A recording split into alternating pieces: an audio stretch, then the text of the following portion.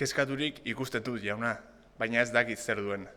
Eta zer duen ez dakizunez, zure hatz hori dabilkizu astaka haren zaurian. Protesta egin nahi izan zuen fraideak, baina ez nion aukerarik eman. Esango bazenit, baina zerk eragin dizun gaurko jarduna, jakin ere jakingo nuke zer dioen erretirian nita zabaldu den azkenak. Sorbaldak jaso zituen fraideak, lertxun horria baino ikaratuago zegoen. Oso bakanetan ikusten genuen elkar, eta alakoetan ere ez genuen kortesiasko hitz laburren bat baizik trukatzen.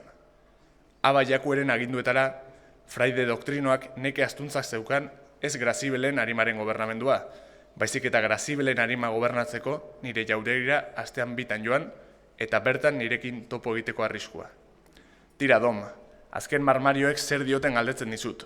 Zuek ondo aditzen duzue kaleko arnasaren usaina. Ikarak ispilu gardena aurkitu zuen fraidearen aurpegian, haren masaiak zuri gorriturik.